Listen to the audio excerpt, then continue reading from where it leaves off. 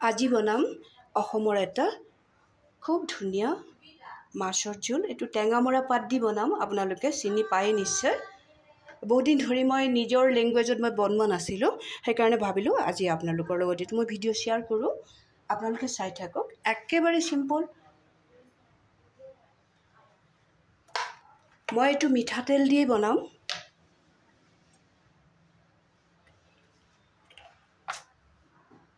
তেলটো গৰম হওক। এইফালে মই টেঙামৰা পাতখিনি কাটি থৈছোঁ আৰু সৰু সৰুকৈ কাটি ৰখা আলুখিনি বইল কৰি ৰাখিছোঁ। আৰু ইয়াত দিছোঁ কেঁচা জলকীয়া। ইয়াত কোনো মছলা ব্যৱহাৰ নকৰোঁ। নিমখ দিম আৰু হালধি দিম।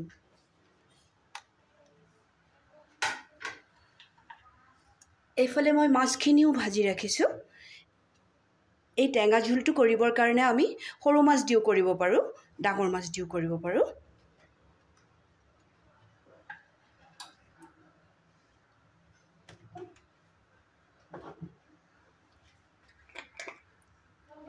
একদম কম পৰিমাণেই তেলটো দিব লাগে, কাৰণ মাছটোতো তেল দিয়া হৈছে, সেইকাৰণে আমি অলপ কমাই দিব লাগে তেলটো।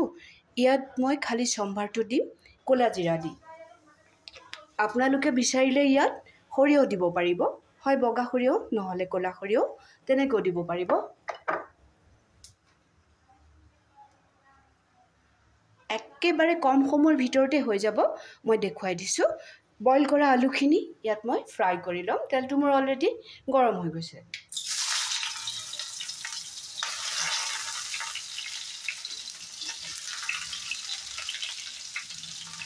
পাতখিনি দিয়াৰ লগে লগে গলি যাব।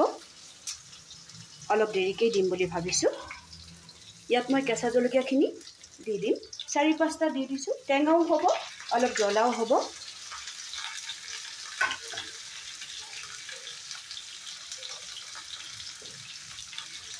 আপোনালোকে নিমখটো নিজৰ হিচাপ মতে দিব।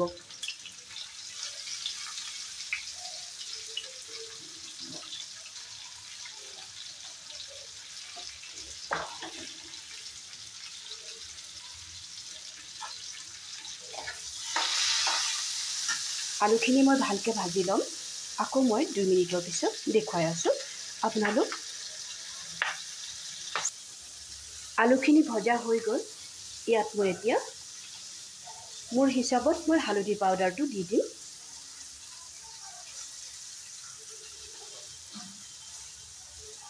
আকৌ অকণমান সময় মিলাই লওঁ।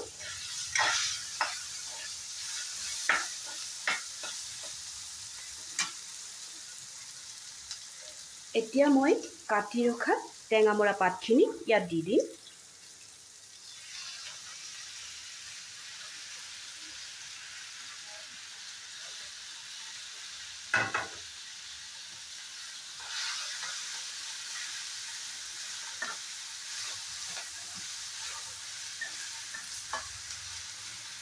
পাতখিনি গলি যায় মানে মই 1 মিনিট কুক কৰি লওঁ। আপোনালোক অপেক্ষা কৰি থাকিব। পাতখিনি আলুৰ লগত ভজা হৈ গৈছে। পাতখিনি দিয়াৰ লগে লগেই গলি যায়, আপোনালোকে নিশ্চয় জানে। এতিয়া মই ইয়াত অলপ পানী এড কৰিম। খুব বেছি পাতলাও নকৰোঁ, খুব বেছি ডাঠো নকৰোঁ।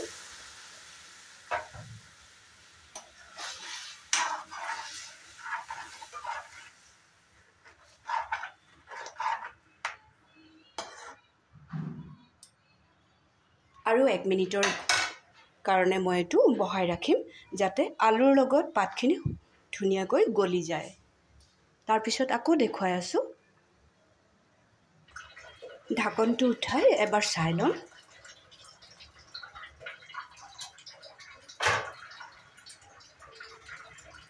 আলু আৰু টেঙামৰা পাতখিনি উতলি থকা অৱস্থাতে মাছখিনি দি দিম।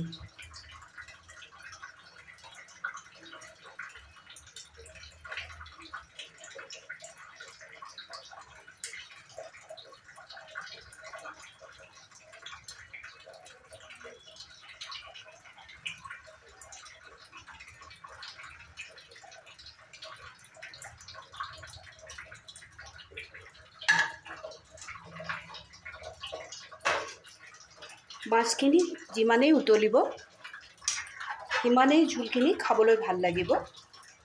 এইটো কাৰণে মই আৰু 1 মিনিটৰ নিচিনা বইল কৰি লওঁ।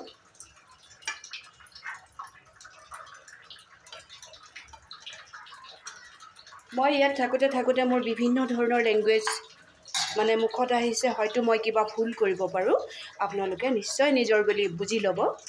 আকৌ মই ঢাকি দিম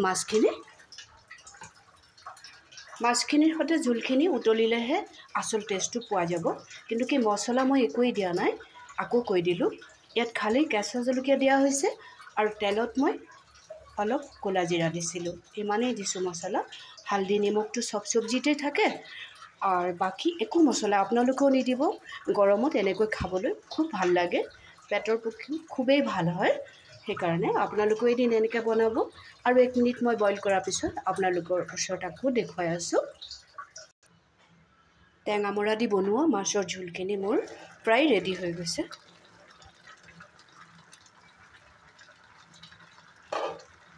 আপোনালোকে যদি এনেকৈ বনাই খোৱা নাই, এদিন বনাই খাব। আৰু যদি মোৰ এই ৰেচিপিটো ভাল লাগি থাকে তেনেহ'লে খুব বেছি উপকাৰী, কিন্তু লাইক শ্বেয়াৰ কৰিব পাহৰি নাযাব আৰু কমেণ্ট কৰিবলৈ একেবাৰেই পাহৰি নাযাব। সকলোৱে যাতে ভালে থাকে, সুস্থ থাকিব। আকৌ লগ পাম নেক্সট ভিডিঅ'ত। এনেকুৱা হয়, মই একেবাৰে ওচৰলৈ নি দেখুৱাই দিছোঁ। মানে খাবলৈ যেনেকুৱা টেষ্টি হয়, আৰু গৰমত এনেকৈ খোৱাটোৱে বেছি ভাল। বেছি মা মছলা দি নাখাব, আৰু মাছখিনি দিয়াৰ পিছত খুব বেছি ভালকৈ উতলাই ল'ব। তেনেহ'লে আজিৰ কাৰণে ৰাখোঁ। নেক্সট ভিডিঅ'ত আকৌ লগ পাম। বনাই খাব, কমেণ্ট কৰিব একদম পাহৰি নাযাব। সদায় মোৰ লগত থাকিব। ভালে থাকক।